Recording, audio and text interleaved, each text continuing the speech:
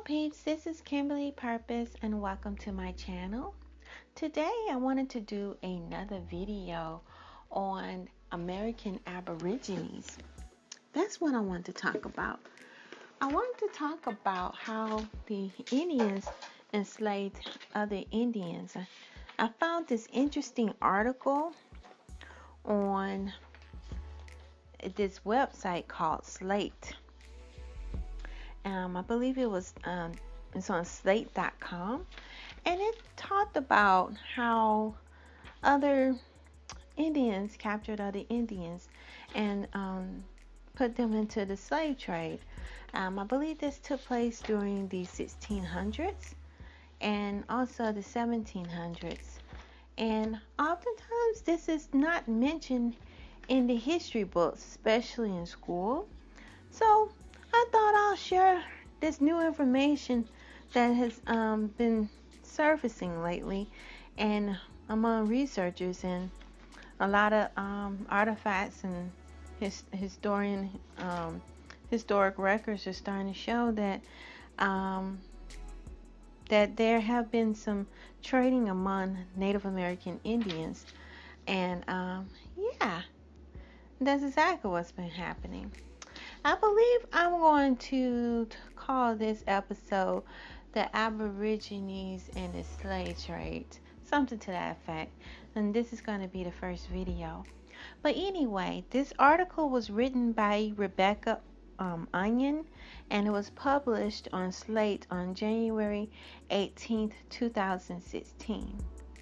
And the name of the article is America's Other Original Sin.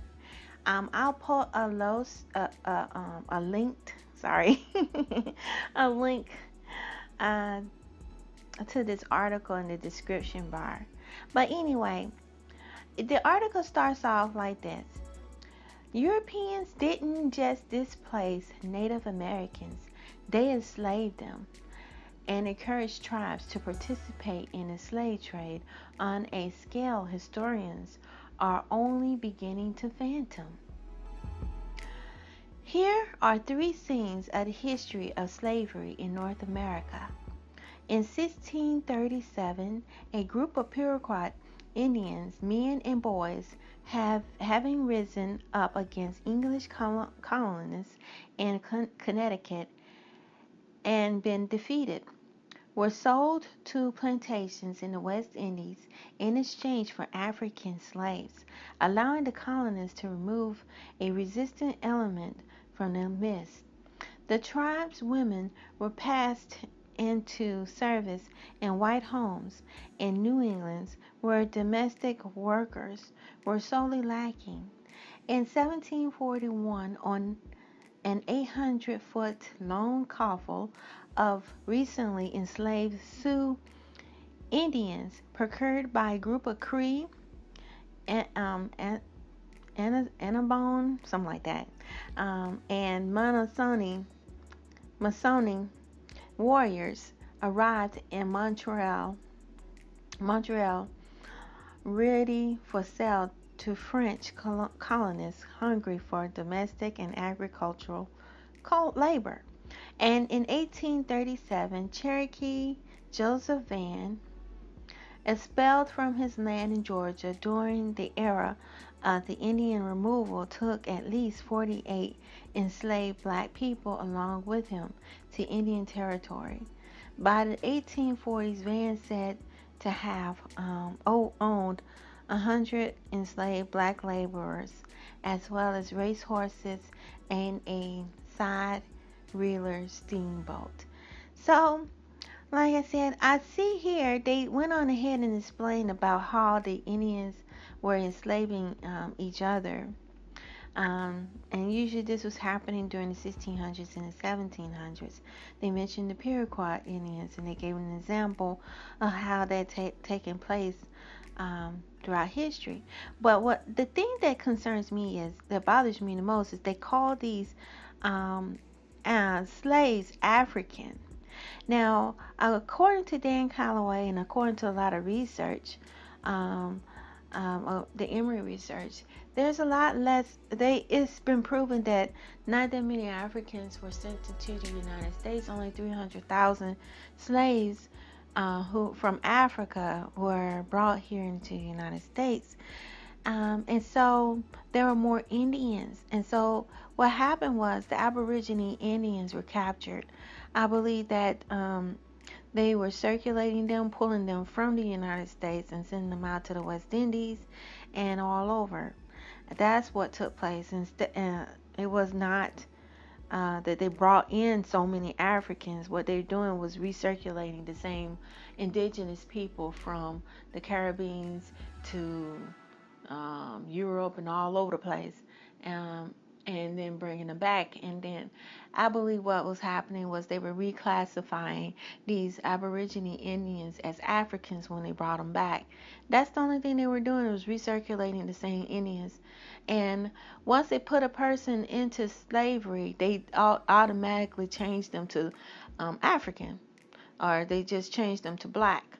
Um, that was what was going on, and erasing their heritage and their identity in the process. Um, and that's exactly what took place. It's not too much, if you look at this closely, it's not too much further from the slave trade that took place in Australia. They just captured the Indians and put them in slavery. But the difference from Australia and this history in the United States is that they stole their identity, they erased their identity. That's pretty much what happened. But let's continue. The article goes on to say a reductive view of the American past might note two major centuries long historical sins: the enslavement of stolen Africans and the displacement of Native Americans. In recent years, a new wave of historians of American slavery has been directing attention to the new ways that these sins overlapping. The stories have uncovered through African slavery still the narrative and dominates our national memory. Different light and into a different light, revealing that the seed of the system was sowed in an earlier attempt to exploit native labor. The records of native enslavement also shows how the whites desire to put workers in bondage, intensified the chaos of contact, disrupting intertribal politics and creating uncertainty and instability among people already struggling to adapt to the radically new balance of power. Before long, at the way native enslavement happened on the local level, really the only way to approach a history this fragmented and various is to appreciate the sweep of phenomena. How common was it for Indians to be enslaved by Euro-Americans?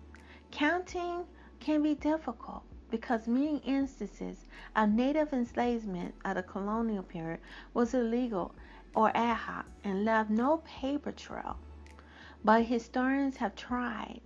A few of their estimates, thousands of Indians were enslaved in colonial New England, according to Margaret Ellen Newell. Alan Galley writes that between 1670 and 1715, more Indians were exported into slavery through Charlestown, now Charleston, South Carolina, than Africans were imported. Okay? All right. Now, did y'all hear that? Let me repeat that again.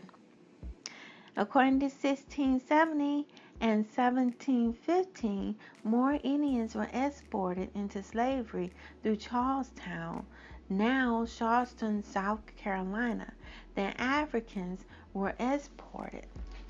Okay? During this time period, it shows here that more Indians was exported into slavery. So there was a lot of Indians that were being exported into slavery than Africans that were being imported, according to this book. Now it continues in this article. Brett Rushforth recently attempted a total tally of total numbers of enslaved And he told me that he thinks 2 million to 4 million indigenous people in the Americas, North and South, may have been enslaved over the centuries that the practice prevailed.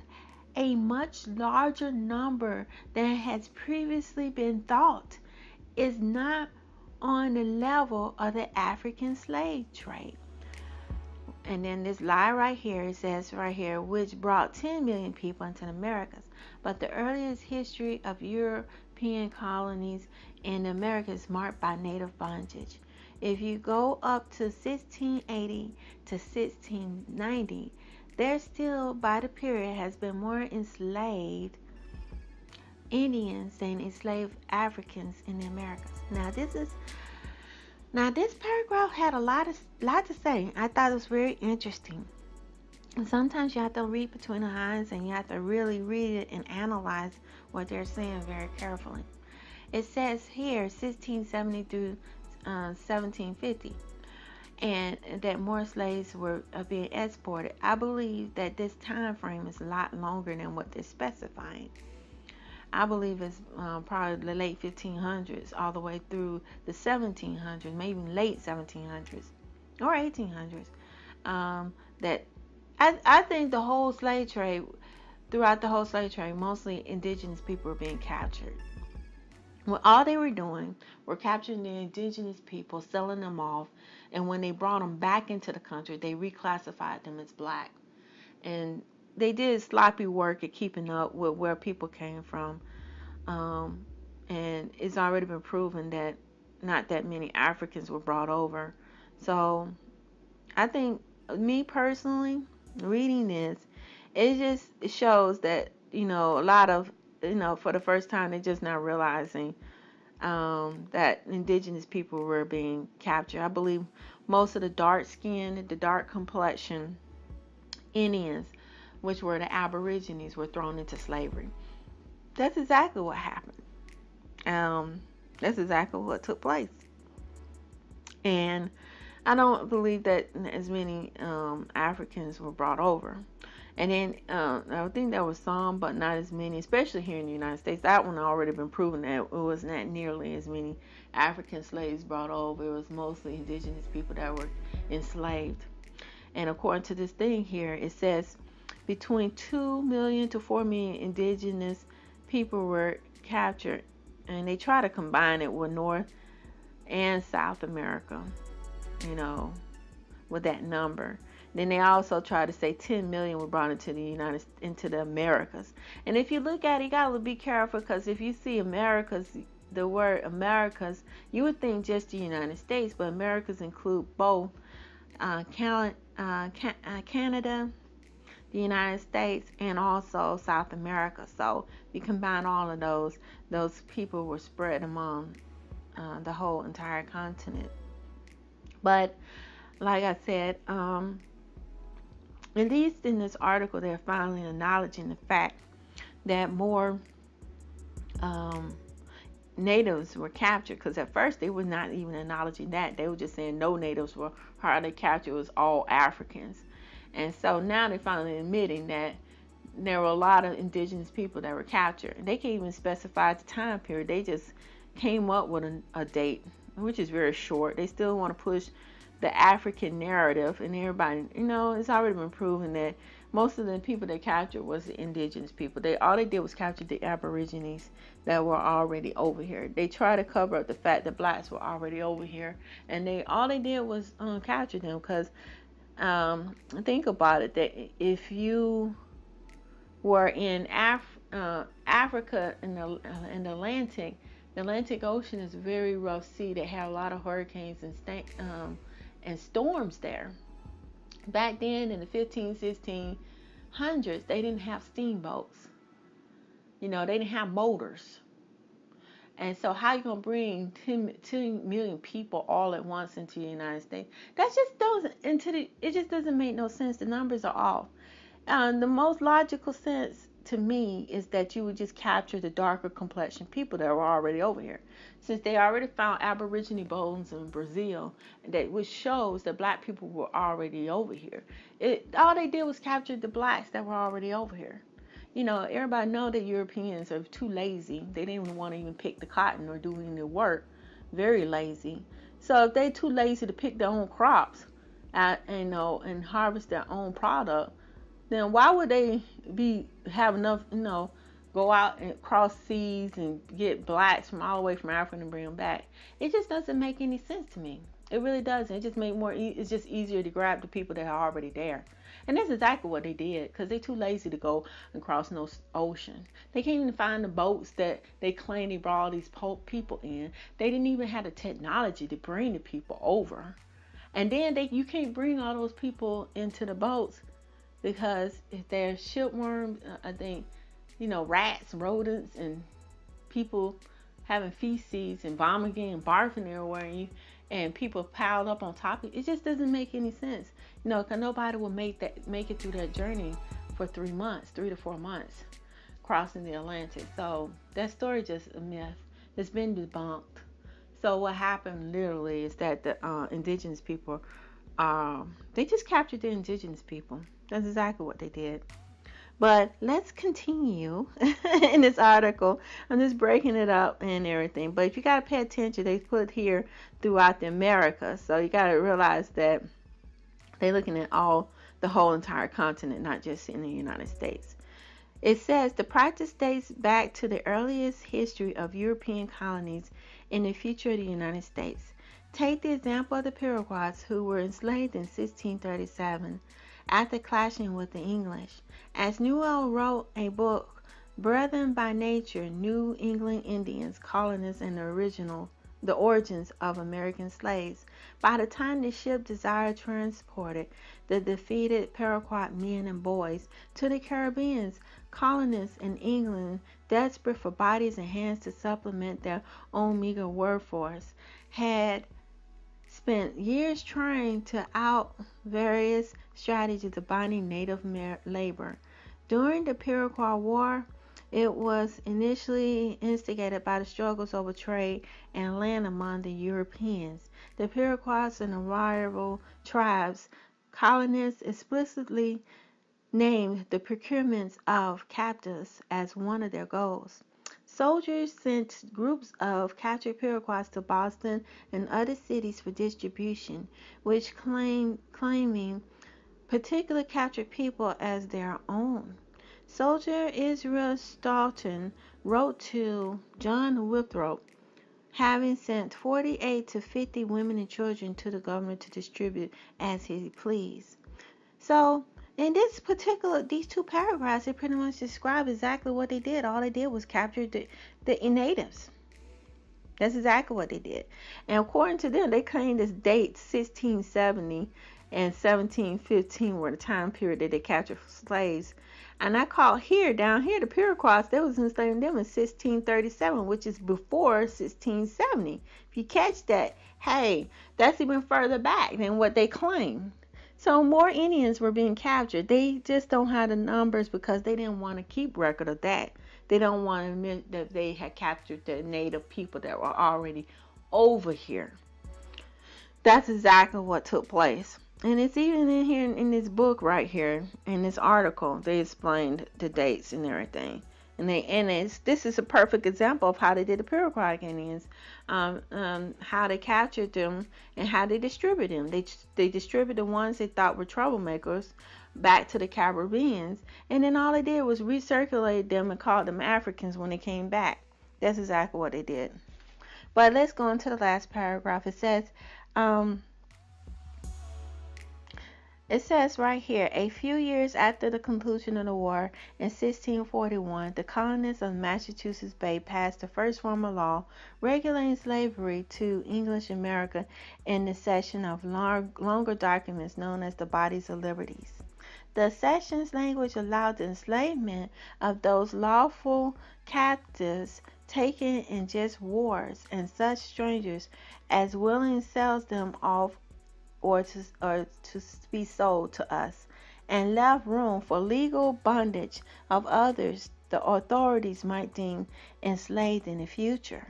The Body of Liberties codified the colony's possession of native workers and opened the door for the expansion of African enslavement.